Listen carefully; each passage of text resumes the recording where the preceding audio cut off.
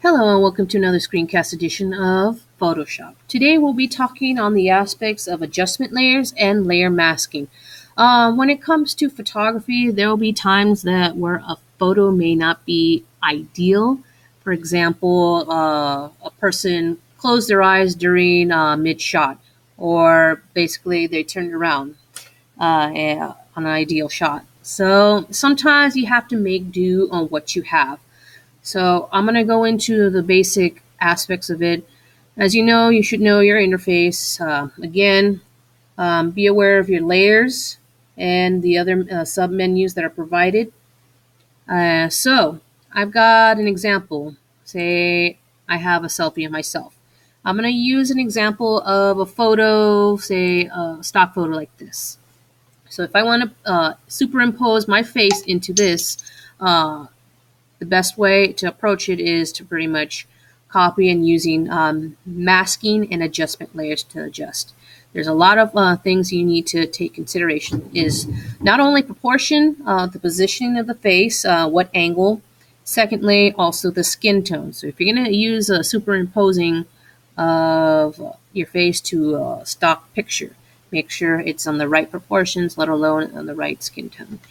But it still could be worked either way with adjustment layers. Doesn't matter. Anyways, so I've got my new file. So what I'm going to do is copy this here.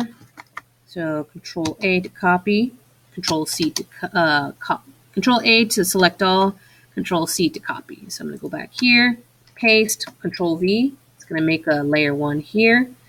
Now I'm going to do is make a new layer by selecting this little icon right here that looks like a little paper with a fold on it. So what I'm going to do is double click on the layers on the center, and it's going to give me the chance to rename it. So I'm going to call this selfie layer. And I'm going to call rename this and call this model. There you go. Once I have that, I'm going to go back to my selfie tab right here.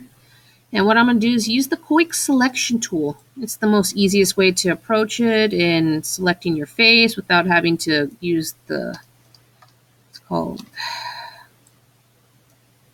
the lasso tool or the magnetic lasso tool. It's a more accurate, but you also have to be extra careful because it tends to overestimate on the selection. Now to deselect certain parts of it, say you hold the Alt key and left mouse click to select.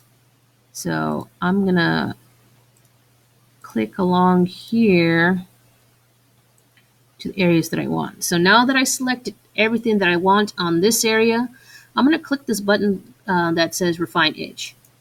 So what it does, it focuses on the areas that I have selected. And you could see once I paste it, it's going to look like this. We want to avoid from any like rough cuts.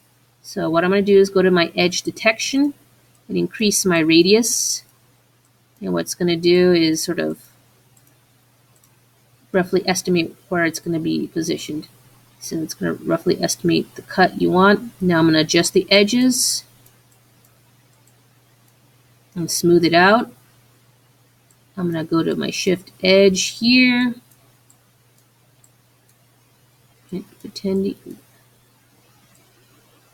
Depending on how far or how much I want cut.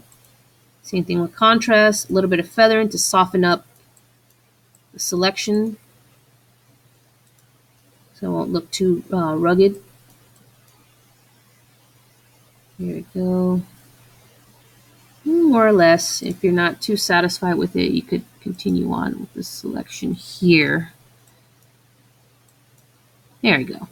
So let me go back here, increase the smoothing, increase the radius just a little bit, a touch, feather it just a bit.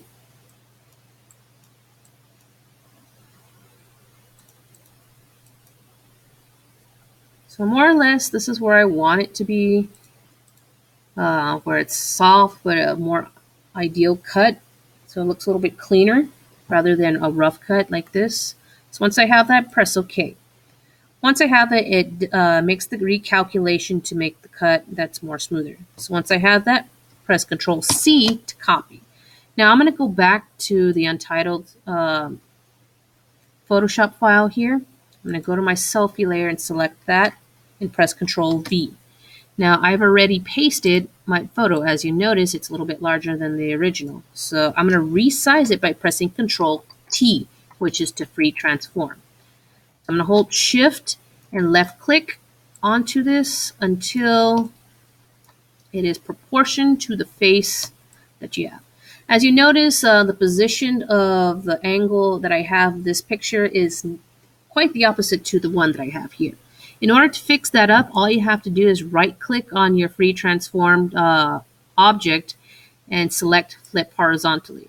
So it'll flip it over here to where you want. So let's look at this. I'm going to reproportion this here to make sure that it's properly on the eye level. Just like that. Now, we're not done yet. We have to make sure we blend two pictures into one that makes it more flawless. Now I'm going to select my selfie layer, drag it down until you see like a little highlight under it. Then what I'll do is I'll put it behind it. Now, don't worry, it's still there. It's just behind the model layer. Now what we're going to do is use a masking layer. What the masking layer does, it masks the area of what you want hidden or and sort of help reveal it. So what we're going to do is put in a masking layer right here. What it does, it makes a sublink here, like a sub layer, and it'll link it to that sub layer right here. So once the layer mask's there, select the layer mask onto the model. Then what you can do is select your brush tool. Your brush tool is going to help you reveal or hide any of the masked areas. And once you have that, make sure you set your foreground color to black. The black foreground color helps hide the original photo. It's a lot easier than having to press erase. And when you press erase and erase everything, it's permanent. So with the layer mask, it makes it temporary. So if you make a mistake, all you have to do is flip it over to white and you can reveal back the original photo. So what I'm going to do is make sure your brush palette is set to soft brown. Makes it a lot easier. So I'm going to go within the lines right here.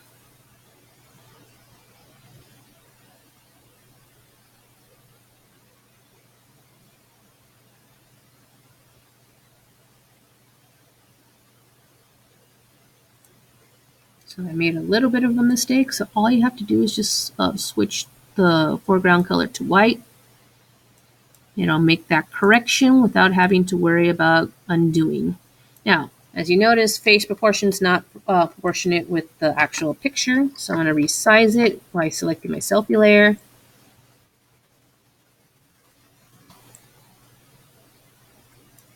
To here. Go back to this, my layer masking.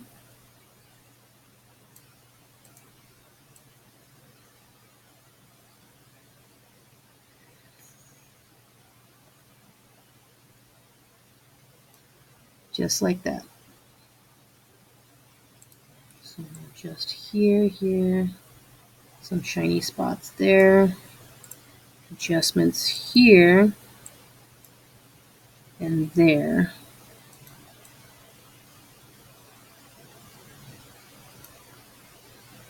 So if I need to make more, let's go back.